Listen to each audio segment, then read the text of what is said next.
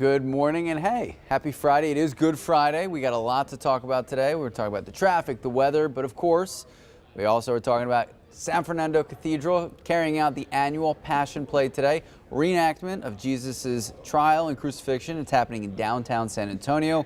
Alyssa Cole is there right now as the crucifixion is set to happen at noon. Alyssa, joining us live. So has the weather held up? I don't see the umbrella out and about anymore.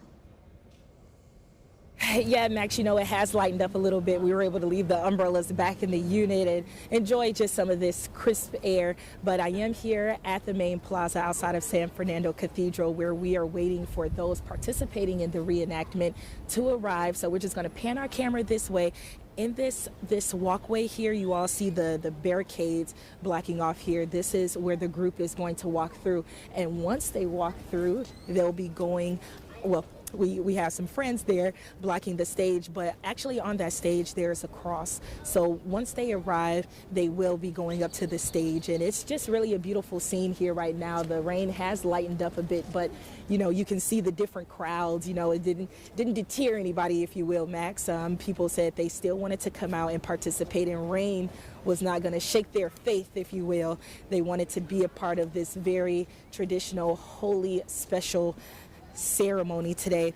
So we are still here waiting. Everybody's anticipating, and families are out here, tourists are out here. We gotten a chance to talk to different people, and people are really looking forward to this. We know after this there will be another ceremony, and a lot of people know it as La Siesta Palabras. That's in Espanol. In English, the last 7 words of Jesus Christ. This is a moment where people are taking in Jesus's death at the moment, and they're mourning him with anticipation, of course, of his resurrection on the 3rd day, that Sunday, which we celebrate Easter Sunday. So we're still here waiting for the reenactment group to arrive. It's just a little after 11 o'clock, so we know they'll be here soon.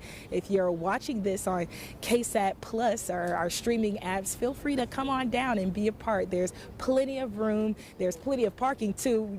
San Antonio, we're always worried about parking, right? But there's plenty of parking space. There's plenty of room, and there's still time to be a part. If you're not able to be a part, we will be streaming this throughout the day in its entirety on our KSAT YouTube page. You could just go into YouTube, you could type in KSAT 12, and our YouTube page will pop right up, and you can be a part of this event with us. But I'll send it back over to you, Max. All right, Alyssa Cole, thank you so much. And as Alyssa was talking about, the rain did let up a little bit. We've seen it throughout the morning. Is it done for the day? It is not done for the day. So, if we have any Good Friday plans this afternoon, take the rain gear with you, because yes, it's not going to be raining constantly at your house all afternoon and all night long. But yes, the rain chances are not over with here in South Central Texas. But I am so glad that we have at least been able to pick up on some beneficial, healthy rain across a good chunk of the area, really over the past couple of days. So this event started Wednesday evening. We had some strong storms pop up, especially south and east of San Antonio, and they were really just able to train over the same spot. You can see these brighter colors here: southern Wilson County, northern Karnes County, eastern Atascosa County, that even stretching up into Gonzales County.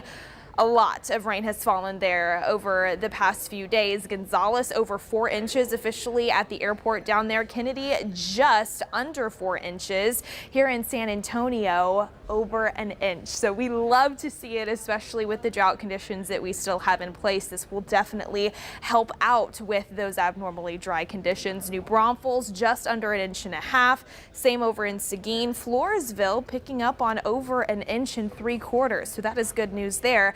Out in Wilson County, over 1 inch has been reported in Bernie as well. Now, right now here in San Antonio, we don't have a whole lot going on in terms of rain. There was a little downpour that passed through the eastern portions of Bexar County. That's now moving into western Guadalupe County. But really the bigger action, at least as of this hour, is across our far southern county. So just south of Pleasanton and Jourdanton there in Atascosa County. This is now crossing over I-37 wind, non-severe rumbles of thunder, just some healthy rain. We will need to monitor, of course, kind of this swath into eastern Atascosa and northern Karnes for maybe some flooding issues, because that's the area that has really seen a ton of that rainfall. Over 6 inches has been estimated there by the radar. And then Karnes City also picking up on some of that activity this hour as well. A few speckled showers pushing across portions of Gonzales County, Guadalupe County there near Seguin, and even near Stockdale, Lavernia, Sutherland Springs, Highway 87 out there in Wilson County, and then of course across our far southwestern counties. We're monitoring just a few more showers near Carrizo Springs, stretching over to Crystal City. If we can find more development out that way, that's going to track to the northeast. All of this activity has generally been moving to the northeast, so that's when we could see some additional rainfall here in San Antonio. So definitely keep the umbrella in the car just to be on the safe side today. Of course, we've been monitoring the roads all morning long. Stephen Cavazos has been keeping a very good eye on TransGuide. As of right now, in and around the San Antonio area, yes, it's still damp out there, but we're not really seeing any huge issues. Let's talk about where we go from here. This is one version here of our futurecast depicting what the radar could look like throughout the remainder of the day. I will say it's not initializing well across our southwestern county, so I think this is a little bit overdone here by 1 p.m., but still, the general theme that we need to take away from this is that more off and on showers, a couple of isolated non-severe thunderstorms are possible throughout the remainder of this Good Friday. Into Friday evening plans, still keep the rain jacket nearby there as well. Into Friday night, more so through the overnight hours, and then first thing Saturday morning. This is 7 a.m. tomorrow morning.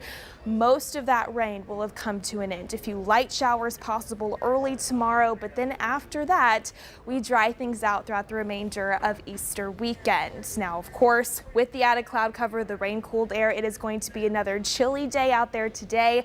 We're in the 40s and 50s right now, and much like what we saw yesterday, we are going to struggle to climb out of the 50s. So more abnormally chilly conditions will continue throughout the remainder of this Good Friday. Here's your Easter weekend forecast.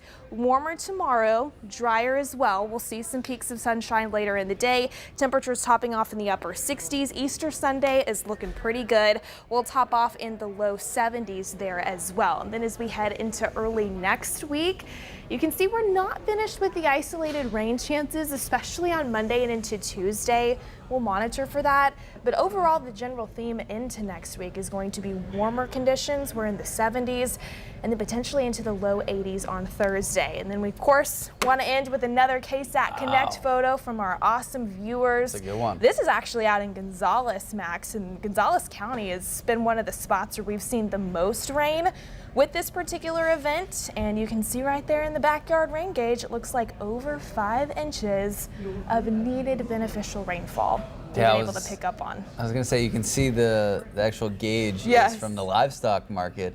And I know so many ranchers and farmers in and around our area, they needed this rain. So badly. So I'm so happy that we were able, at least it wasn't for everybody, but at least for a good chunk of the area, we're gonna be able to help out on those abnormally dry conditions, the drought conditions that we've seen. So yes, we are very thankful for it. All right. Thank you, Mia, and thank you so much for watching. I think that's it for now, but of course we got a lot coming up on the news at noon.